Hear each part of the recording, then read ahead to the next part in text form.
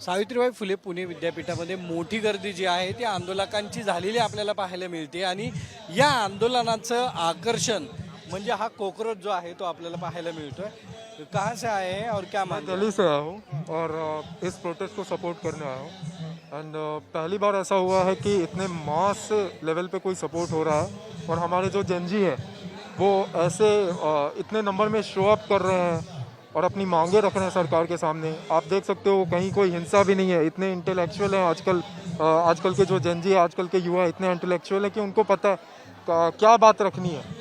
तो वो डायरेक्ट इस चीज़ को अपनी मांग कर रहे हैं कि कोई एक्शन लेना चाहिए। धर्मेंद्र प्रधान जो हमारे शिक्षा मंत्री हैं, या तो उनको कोई एक्शन लेना चाहिए इन सब चीज़ों को रोकने के लिए, या फिर उनको रेजिग्नेशन देना चाहिए अगर उनसे नहीं हो रहा है कुछ तो। लगता है आपको वो देंगे?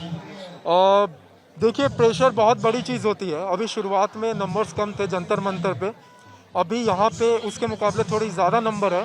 हो सकता है आगे जाके और लोग जुड़े, तो जब जनता का आक्रोश होगा ना, मुझे लगता है सिर्फ युवाओं को नहीं, उनके पेरेंट्स, उनके दोस्त, वो सब लोगों को मिलके इसमें पार्टिसिपेट करना चाहिए शांतिपूर्ण तरीके से। नंबर्स बहुत मैटर करते हैं। नंबर्स ये भी डिसाइड करते हैं कि आपका इलेक्शन में आप वोट किसको दोगे। तो अगर ऐसे प्रेशर क्रिएट करेंगे, कुछ ना कुछ असर होगा। और आजकल सोशल मीडिया पे आजकल बहुत प्रेशर क्रिएट हो रहा है, तो कहीं ना कहीं तो उसका असर हमें देखने को मिलेगा। दिल्ली से भी ज़्यादा भीड़ इधर पुणे में? हाँ, जंतर मंतर से ज़्यादा भीड़ है। मुझे लगता है कि महाराष्ट्र के लोग हैं वो अपने अधिकारों को लेके बहुत ज़्यादा समझते हैं कि उनके अधिकार क्या है और उनकी मांग रखते हैं। और इन सब चीज़ों में पार्टिसिपेशन मैंने देखा है कि महाराष्ट्र में बहुत अच्छे से होता है। एंड आप देख सकते हो, हो सकता है कि इसके बाद आगे जाके और नंबर्स जुड़ें तो वो और बेटर होगा।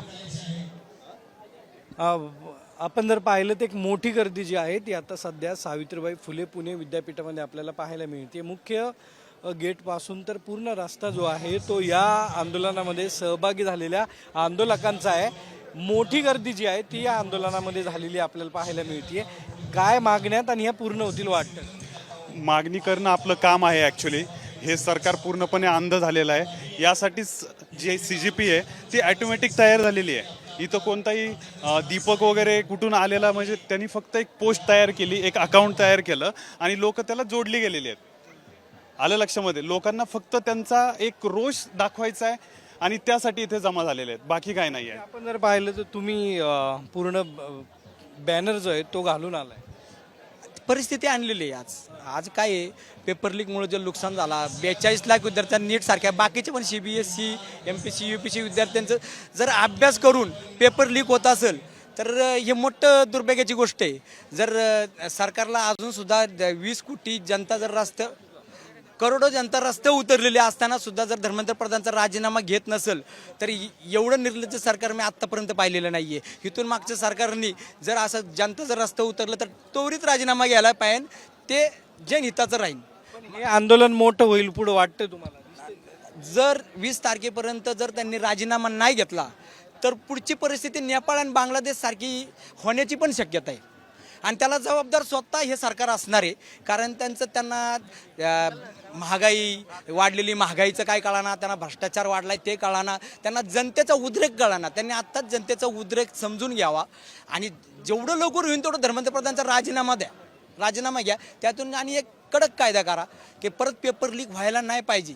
झिरो टायलेस भारताचा इतिहास असा सांगतो की लाल बहादूर शास्त्रीपासून एक छोटीशी जरी चूक झाली तरी तेव्हा त्यांनी ते रिझाईन दिलं होतं। आज एवढे शेकडो विद्यार्थी रस्त्यावरती उभे आहेत, आंदोलन करतात आहेत, खूप सारे विद्यार्थ्यांचा मृत्यू झाला, त्यांनी आत्महत्या केली आहे। अशी जर परिस्थिती असेल तर या ठिकाणी धर्मेंद्रनी इथं रिझाईन द्यायलाच हवं। आपण जर पाहिलं तर काय मुली ज्या आहेत त्याही आंदोलनात सहभागी झाल्यात, तुम्ही काय मागणी करताय आणि कुठून आलाय? मी पुणेमध्येच असते, डॉक्टर आहे मी, आणि आमच्या फॅकल्टीमध्ये आधीच खूप मुलींना स्ट्रगल करावी लागतात, वर्ष खूप वाया जातात ना, एज्युकेशनचा स्पॅन खूप मोठा असतो आणि त्यामध्ये सुद्धा जर पेपर लीक होत आहेत तर मुलीला पॅरेंट्स किंवा आपल्याकडे मेंटॅलिटी नाही ना ती की मुलींना तेवढा वेळ देतील, तो वेळ नाही मिळत। एक वर्ष जर वाया जातील तर कसं चालणार आहे ना। वाटतं राजीनामा झाला पाहिजे? हो, व्हायलाच हवा नक्कीच। आपण जर पाहिलं तर काही युवक जे आहेत तेही या आंदोलनात सहभागी झाल्यात, काय मागण्यात आणि मागण्या पूर्ण होतील वाटते? मागण्या पूर्ण व्हायलाच पाहिजे, कारण धर्मेंद्र प्रधान जे आपले एज्युकेशन मिनिस्टर आहेत हे आता 13 मुलांनी सुसाईड केलं आहे, त्याच्या मागे ह्यांचा हात कुठे ना कुठे आहेच, कारण त्यांनी अकाउंटेबिलिटी अजून घेतलेली नाही आहे. आणि जर अकाउंटेबिलिटी ते जोपर्यंत घेत नाही तोपर्यंत हे लोक तर शांत होणार नाही आहे. हे लोक आज तापले, त्याचं कारण कोण आहे? दिल्लीला जाणार आंदोलनाला? जाणार ना, नक्कीच जाणार. आम्ही त्यासाठी आलोय. मी तर माझं लहान मुलाला घेऊन आलेली आहे इथे. तर आम्ही हे सगळं जे करतोय हे स्टुडंटसाठी करतोय, आमच्या मुलांच्या उद्याच्या फ्युचरसाठी आम्ही हे सगळं करतोय. तर हे शिक्षण मंत्र्यांनी राजीनामा हा दिलाच पाहिजे आणि आम्ही त्यासाठी जिथे जिथे प्रोसेस होईल तिथे आम्ही जाणार. नक्की आपण जर पाहिलं तर या आंदोलनामध्ये अनेक लोक जे आहेत ते सहभागी झालेत आणि ज्या ठिकाणी आंदोलन होईल त्या ठिकाणी हे सर्व आंदोलक जे आहेत ते जातील असा विश्वास या आंदोलकांनी व्यक्त केला आहे. कॅमेरा सुमित भोसलेसह सागर औडसा, आम TV, पुणे.